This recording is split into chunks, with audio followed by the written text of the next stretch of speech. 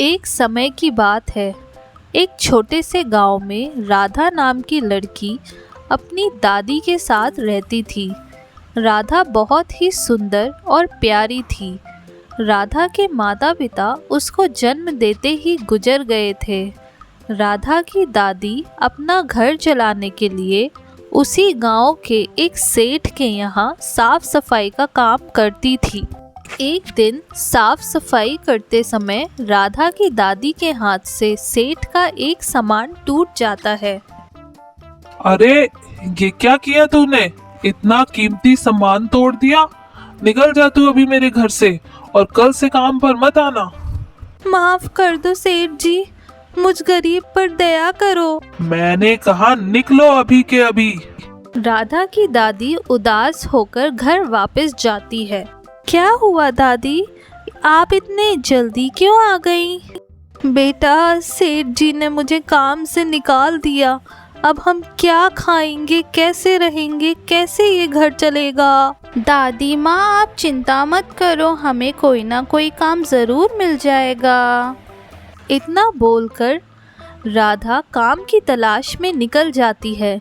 इधर उधर भटकने के बाद भी राधा को कोई काम नहीं मिलता। राधा थक के और उदास होकर एक पेड़ के नीचे बैठ जाती है और रोने लगती है। मुझे कोई काम नहीं मिला, अब मैं अपनी दादी को कैसे खुश करूंगी? राधा जिस पेड़ के नीचे बैठी थी उस पेड़ पर एक परी रहती थी। परी को राधा को रोते देख दया आ गई। परी राधा के सामने आई और बोली, क्या हुआ मेरी बच्ची, तुम क्यों रो रही हो? आप कौन हो? मैं इस पेड़ की जादुई परी हूँ। अब बताओ क्या हुआ तुम्हें? मेरी दादी बहुत दुखी है। वो सेठ जी ने दादी को काम से निकाल दिया और मुझे भी कोई काम नहीं मिला। हम लोग बहुत गरीब हैं। अब हम क्या करेंगे पता नहीं। बस इतनी सी बात है, ये लो जादुई पौधा।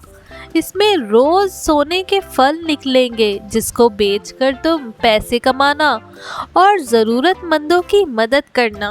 राधा खुशी खुशी वो पौधा लेकर घर जाती है और अपनी दादी को सब बताती है।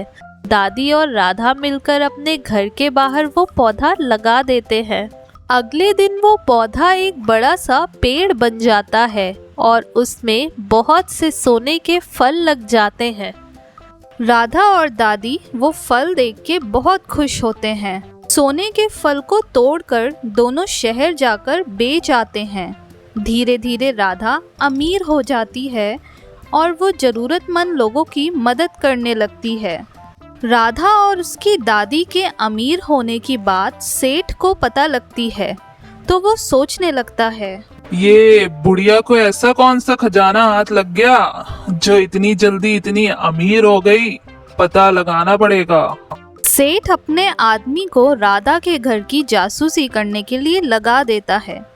सेठ का आदमी राधा के घर सोने का फल का पेड़ देख लेता है और जाके अपने सेठ को बताता है। क्या? सोने के फल देने वाला पेड़? उस पेड़ के सारे फल तो मैं चुरा लूंगा। एक दिन रात को सेठ राधा के घर सोने का फल चोरी करने आता है। सेठ जैसे ही हाथ बढ़ाता है, पेड़ से आवाज आती है, रुक जाओ, तुम मेरे पेड़ के फल नहीं तोड़ सकते। ये सिर्फ राधा और उसकी दादी के हैं। अगर मैं फल नहीं तोड़ सकता तो मैं तुझे ही काट दूंगा। तभी पेड़ के पास से एक सांप निकल आता है। सांप? अरे बचाओ रे बाबा, बचाओ। सेठ की आवाज सुनकर राधा और उसकी दादी आ जाते हैं।